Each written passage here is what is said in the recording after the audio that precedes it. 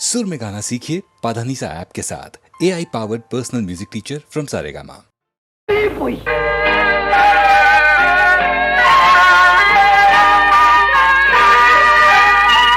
பொய் சொன்னாரே பொய் சொன்னாரே புலவர்கள் எல்லாம் பொய் சொன்னாரே பொய் சொன்னாரே பொய் சொன்னாரே புலவர்கள் எல்லாம் பொய் சொன்னாரே பொய் சொன்னாரே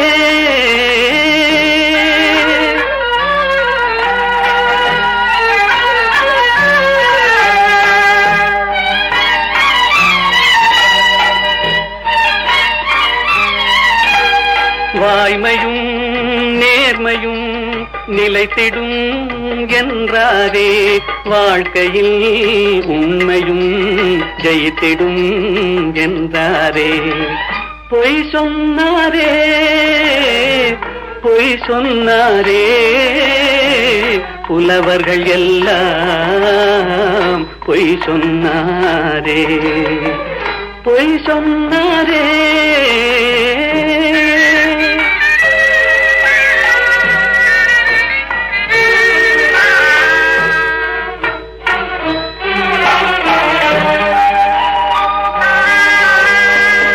போல் மாதர்கள் காதல் என்றார்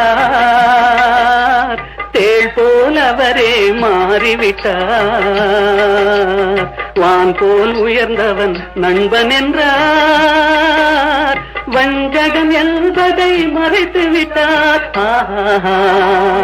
பொய் சொன்னாரே பொய் சொன்னாரே புலவர்கள் எல்லாம் பொய் சொன்னாரே பொய் சொன்னாரே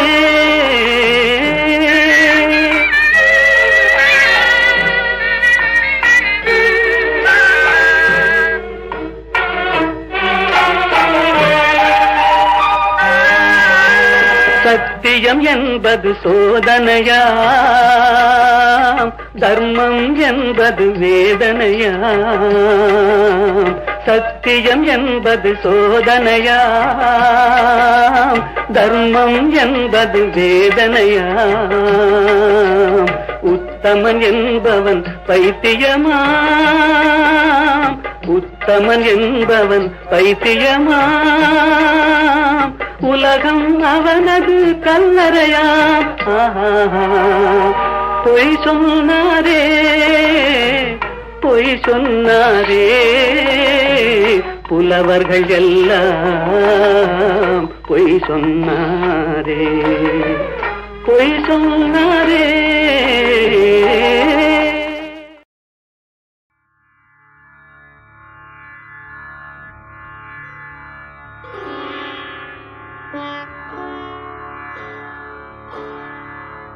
संजय उवाच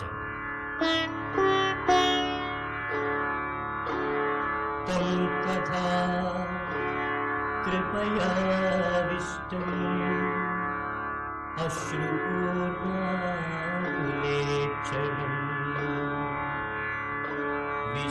विषीदन्तमिदं वाक्यम् उवाच मधुसूदनः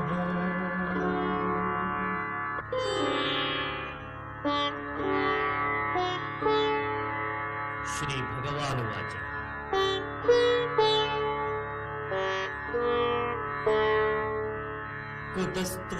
कुतस्त्वाकश्मलमिदं विषमे समुपस्थितम्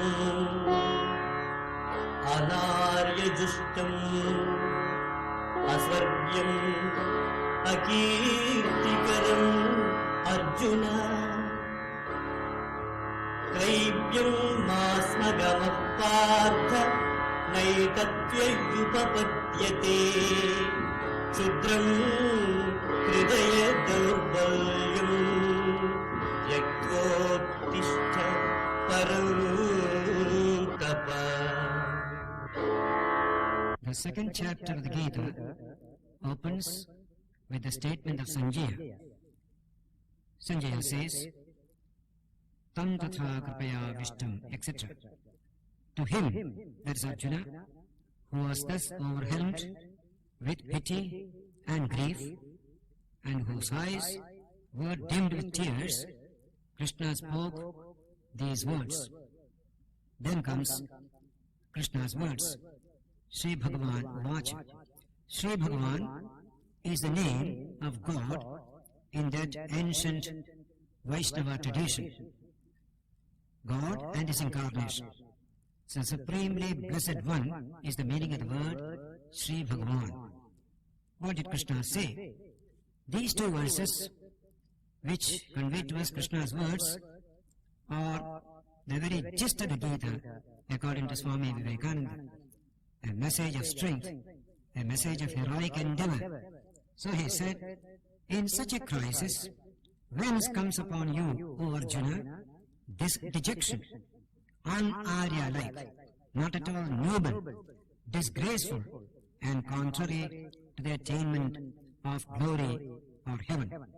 And then, yield not to this type of unmanliness, O Partha. Ill doth it become thee.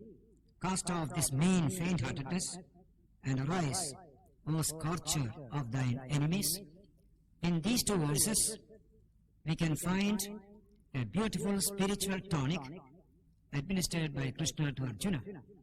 Why from has come this weakness upon you? It's not virtue that I say in you, but weakness.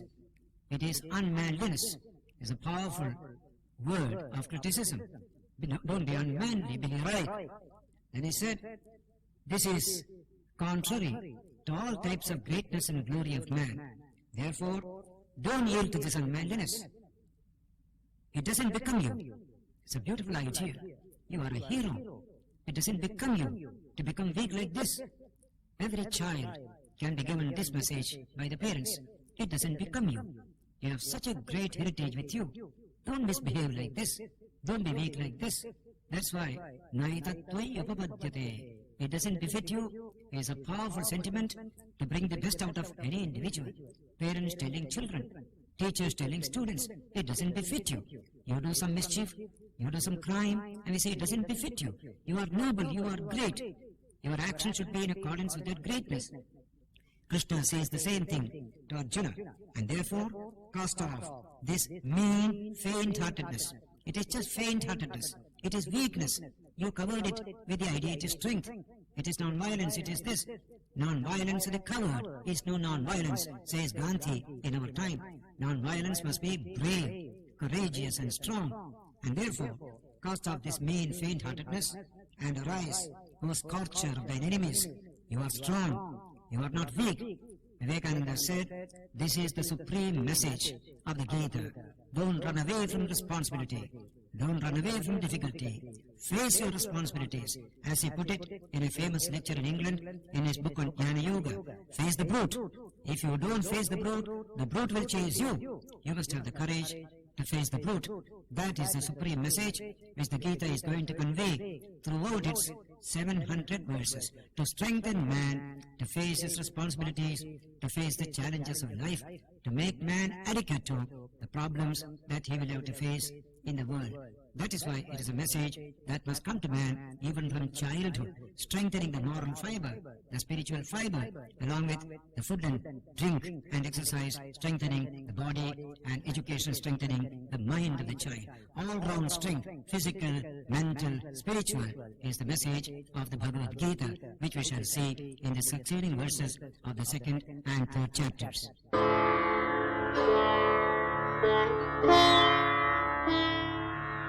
Arjun उवाच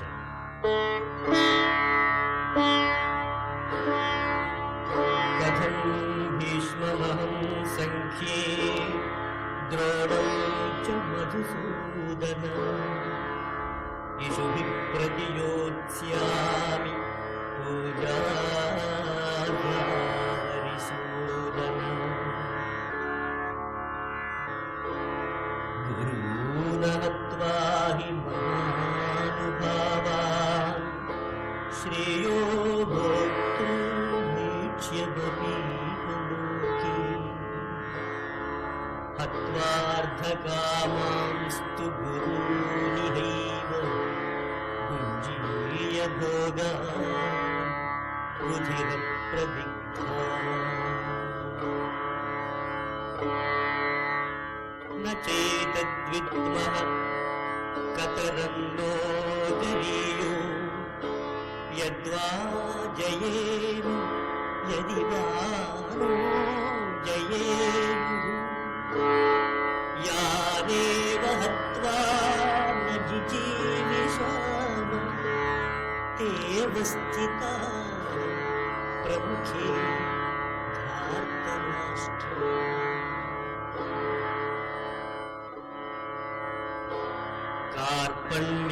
कार्पण्यदोषोपहतः स्वभावः पृच्छामि त्वां धर्मसम्मूढचेताः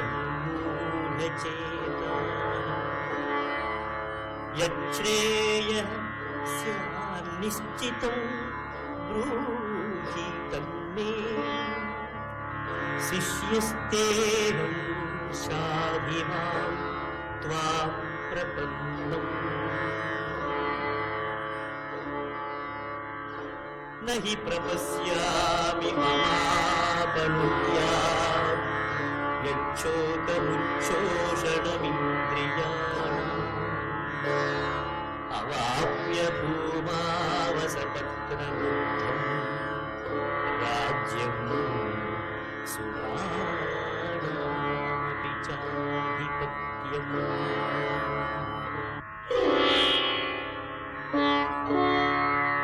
संजय उवाच एवमुक्त्वा हृषीकेशं गुडाकेशः परं तपः न योत्स्य इति गोविन्द मुक्त्वा तूष्णीं बभूवः तमुवाच हृषीकेशः प्रहसन्निव भारत सेनयोरुभयोर्मध्ये विषीदन्तमिदं वचः. Fourth verse begins with Arjuna's statement. When Krishna told him, "Give up this mean, faint-heartedness and arise, face up to your problems," Arjuna said, "How can I kill in battle men like Bhishma and Drona, who are rather worthy to be worshipped than to be fought against?" Says Arjuna in the first verse, that is verse 4. And then he continues his argument just to protect himself from the charge of Krishna. Surely it would be better even to eat the bread of beggary in this life than to slay these great-souled masters. But if I kill them, even in this world, all my enjoyment of wealth and desires will be stained with blood. That's a very legitimate argument. After the tonic, Arjuna is able to speak in a more rational language, putting forth his difficulties, asking Krishna for help, which is the special significance of verse 7 coming just after the present verse 6. Indeed, I can scarcely tell which will be better, that we should conquer them or that they should conquer us. The very sons of Dhritarashtra, the enemy party, after slaying whom we should not care to leave because they were cousins, they are standing facing us in this battle. And therefore, Arjuna now puts his problem in a very more convincing manner. With my nature overpowered by vague commiseration, with a mind in confusion about what is my duty, I supplicate thee, Karpanyadoshopahatas Sabhava, Prachami Tvam, I ask thee, Dharma Samudha Chetah. My mind is completely confused as to what is my dharma, what is my duty at this critical hour. Yachreyasyan Nishtam Brohitan me. Please tell me your own determination as to what is really to my welfare. Shishyasteham, I am your student, I am your disciple. Shadhimam, please teach me. Tvam Prapannam, one who has taken refuge in you. In India they say, a teacher will not teach until a student says, "Please teach me." Unsought advice is never given in the world of religion in India. So commentators regard this verse as very important to induce Krishna to convey to Arjuna that profound message by which he will be able to face up to his situation and realize the highest in this very life. And so, Shishyasteham Shadhimam Tvam Prapannam, I am your disciple, teach me, I have taken refuge in your superior wisdom. My wisdom is overpowered by my grief and delusion. Therefore, he says further, I do not see anything to remove this sorrow which blasts my senses. Sorrow which blasts the senses. Anyone who has experienced grief will accept this beautiful description. It blasts away, burns away all our sense organs, all our power of judgment. He says, Yachchokamachoshanam indriyanam. And then, even if I were to obtain unrivaled and flourishing dominion over the whole earth, and mastery over the whole world, or the gods even, I do not know how to remove this sorrow that is blasting my senses, says Arjuna. These are the beautiful words which explain to Krishna Arjuna's condition in Arjuna's own words. Then Sanjaya says, Evamukva Hrishikesham Udakesha Parantapaha Nayotseda Govinda Muktva Tushnim Babhuvaha. Having spoken thus to the Lord of the senses, Krishna is declared as the Lord of the senses and the sculpture of fools. He said to Govinda, he says, Udakesha, that is Arjuna, he spoke to Krishna, that is Govinda, I shall not fight, and became silent. No, it's here, I am not going to fight, and became silent. What did Krishna do? He looked at Arjuna, and he just smiled a little. That smile coming from infinite strength within and infinite compassion for the weakness that is in front of him. Tamuvacha Rishikesha Prahasanniva Bharata Sedayor Bhayor Madhye Vishidanta Vidam Vachaha. To him who was sorrowing in the midst of the two armies, Krishna, that is Rishikesha, as if smiling, spoke these beautiful words, these wonderful words. And from now onwards, the real teaching of the Gita begins from verse 11 of the second chapter. Shri भगवानुवाच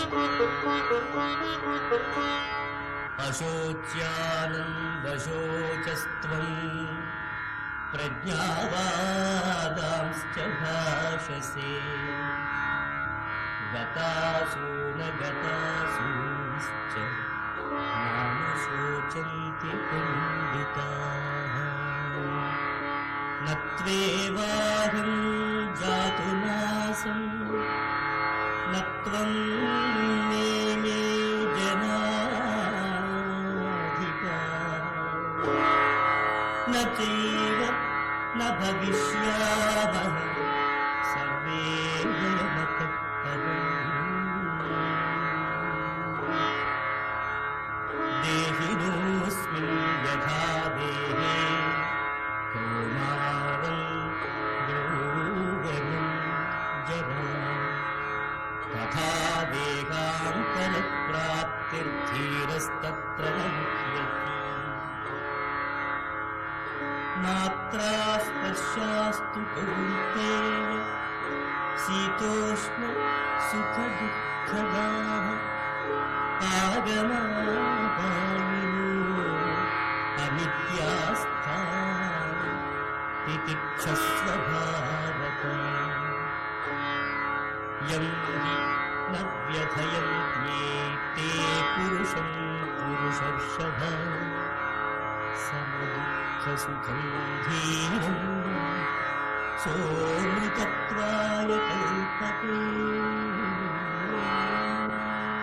नासतो विद्यते भावो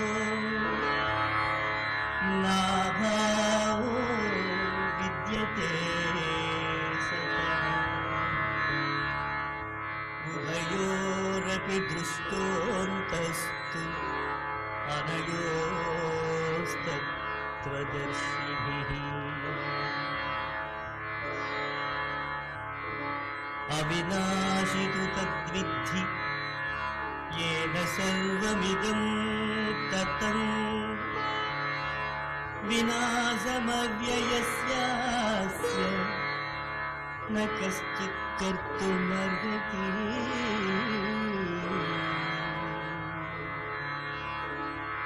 अन्तवन्त इमे देहा नित्यस्योक्ताः शरीरिणः अनाशिनो प्रमेयस्य तस्माद् युध्यस्व भारत य एनं वेत्ति हन्तारम् यश्चैनं मन्यते हतम् उभौ तौ न विजानीतो नायं हन्ति न हन्यते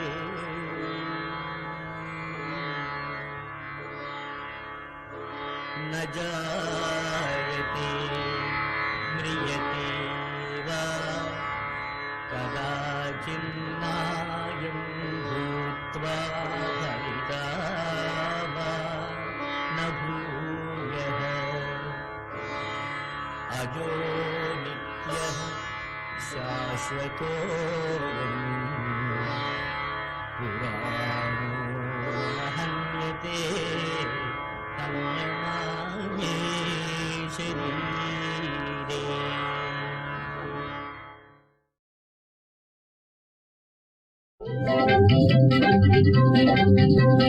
புள்ளிமானை போலே வந்து துள்ளி விளையாடி உள்ளம் கொள்ளை கொண்ட ராணியே புள்ளிமானை போலே வந்து துள்ளி விளையாடி உள்ளம் கொள்ளை கொண்ட ராணியே முல்லை நகையாளே உள்மேல் மோகம் கொண்டே முல்லை நகையாளே உள்மேல் மோகம் கொண்டே சொல்லலாகுமோ அந்த சுந்தரியாரோ சொல்லலாகுமோ அந்த சுந்தரியாரோ நல்ல எழில் மேவும் ரம்பை தானோ நல்ல எழில் மேவும் ரம்பை மாதும் நிகராகுமோ புள்ளிமானை போலே வந்து துள்ளி விளையாடி உள்ளம் கொள்ளை கொண்ட ராணியே அறியாமல் உங்கள் மீது ஆசை கொண்டேனே நான் அறியாமல் உங்கள் மீது ஆசை கொண்டேனே ஆடவர் நேசம் எல்லாம் வேஷம் மோசம் ஆடவர் நேசமே ஆனந்தம் விசுவாசமே புள்ளிமானை போலே வந்து துள்ளி விளையாடி உள்ளம் கொள்ளை கொண்ட ராணியே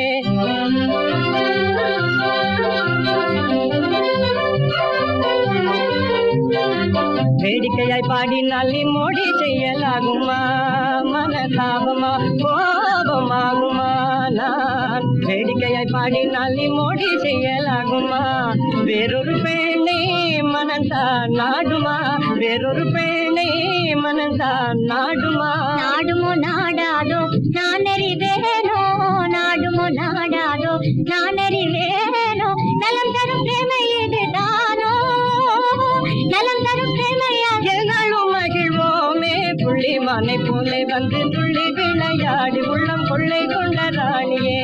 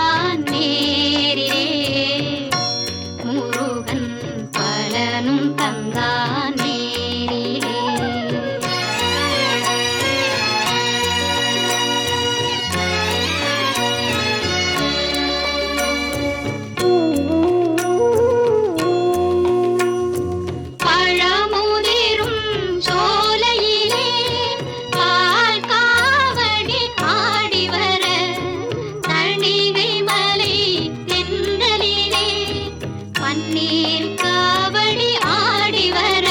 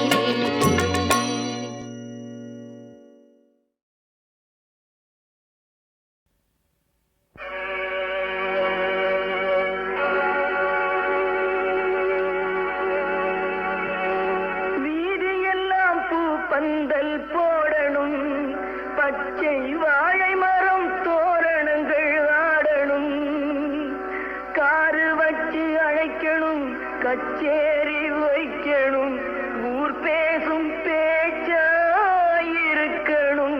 புதுமனையில் குடி வைப்பேன், முதல் இரவு முடிய விழித்திருப்பேன், கல்யாண சாப்பாடு போடவா.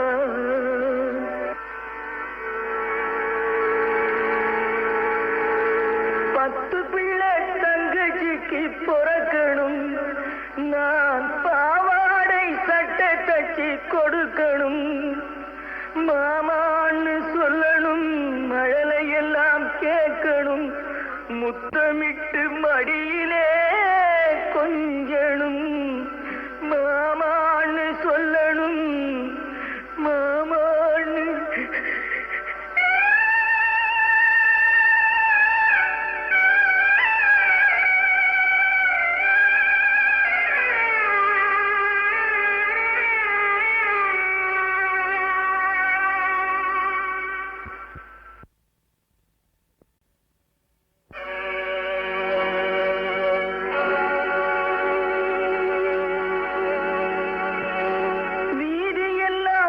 பந்தல் போடணும், பச்சை வாழை மரம் தோரணங்கள் ஆடணும், காரு வச்சு அழைக்கணும், கச்சேரி வைக்கணும், ஊர் பேசும் பேச்சாயிருக்கணும்,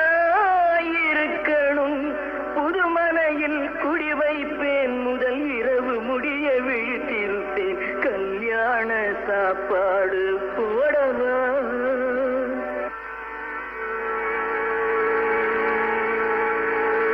பத்து பிள்ளை தங்கச்சிக்கு பிறக்கணும், நான் பாவாடை சட்டை தச்சு கொடுக்கணும், மாமான்னு சொல்லணும், மழலையெல்லாம் கேட்கணும், முத்தமிட்டு மடியிலே கொஞ்சணும், மாமான்னு சொல்லணும், மாமான்னு.